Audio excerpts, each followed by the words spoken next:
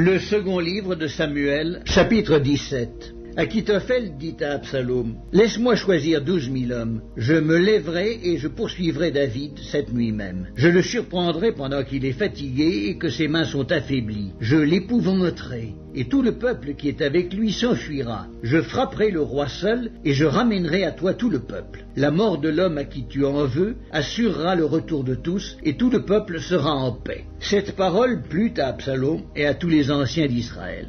Cependant, Absalom dit, « Appelez encore Uscaï l'Archien, et que nous entendions aussi ce qu'il dira. » Uscaï vint auprès d'Absalom, et Absalom lui dit, « Voici comment a parlé Achitophel. Devons-nous faire ce qu'il a dit ou non? Parle, toi. » Uscaï répondit à Absalom, « Pour cette fois, le conseil qu'a donné Achitophel n'est pas bon. » Et Uscaï dit, « Tu connais la bravoure de ton père et de ses gens, ils sont furieux, comme le serait dans les champs une ours à qui l'on aurait enlevé ses petits. Ton père est un homme de guerre, il ne passera pas la nuit avec le peuple. Voici maintenant, il est caché dans quelque fosse ou dans quelque autre lieu, et si dès le commencement il en est qui tombent sous leur coup, on ne tardera pas à l'apprendre et l'on dira, il y a une défaite parmi le peuple qui suit Absalom. Alors le plus vaillant, eût-il un cœur de lion, sera saisi d'épouvante, car tout Israël sait que ton père est un héros et qu'il a des braves avec lui. Je conseille donc que tout Israël se rassemble auprès de toi, depuis Dan jusqu'à Beersheba, multitude pareille au sable qui est sur le bord de la mer. Tu marcheras en personne au combat. Nous arriverons à lui en quelque lieu que nous le trouvions, et nous tomberons sur lui comme la rosée tombe sur le sol. Et pas un n'échappera, ni lui, ni aucun des hommes qui sont avec lui.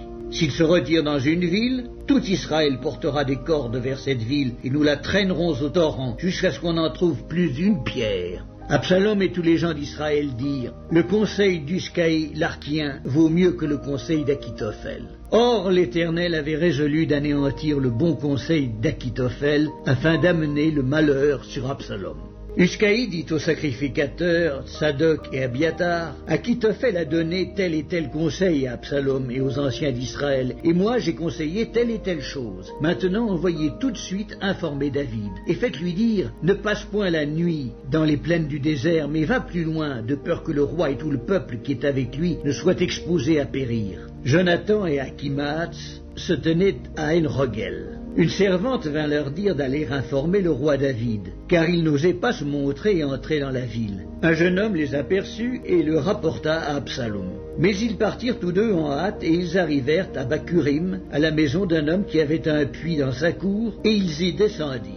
La femme prit une couverture qu'elle étendit sur l'ouverture du puits, et elle y répandit du grain pilé, pour qu'on ne se doutât de rien. Les serviteurs d'Absalom entrèrent dans la maison auprès de cette femme et dirent, « Où sont Achimaatz et Jonathan ?» La femme leur répondit, « Ils ont passé le ruisseau. » Ils cherchèrent et, ne les trouvant pas, ils retournèrent à Jérusalem. Après leur départ, Achimaatz et Jonathan remontèrent du puits et allèrent informer le roi David. Ils dirent à David, « Levez-vous et hâtez-vous de passer l'eau, car Achitophel a conseillé contre vous telle chose. » David et tout le peuple qui était avec lui se levèrent et ils passèrent le Jourdain. À la lumière du matin, il n'y avait pas un qui ne fût resté à l'écart, pas un qui n'eût passé le Jourdain. Achitophel, voyant que son conseil n'était pas suivi, sella son âne et partit pour s'en aller chez lui dans sa ville. Il donna ses ordres à sa maison et il s'étrangla. C'est ainsi qu'il mourut et on l'enterra dans le sépulcre de son père. David arriva à Mahanaïm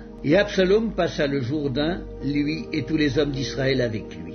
Absalom mit Amasa à la tête de l'armée en remplacement de Joab. Amasa était fils d'un homme appelé Jitra, l'Israélite, qui était allé vers Abigal, fille de Nachash et sœur de Tseruja, mère de Joab. Israël et Absalom campèrent dans le pays de Galaad.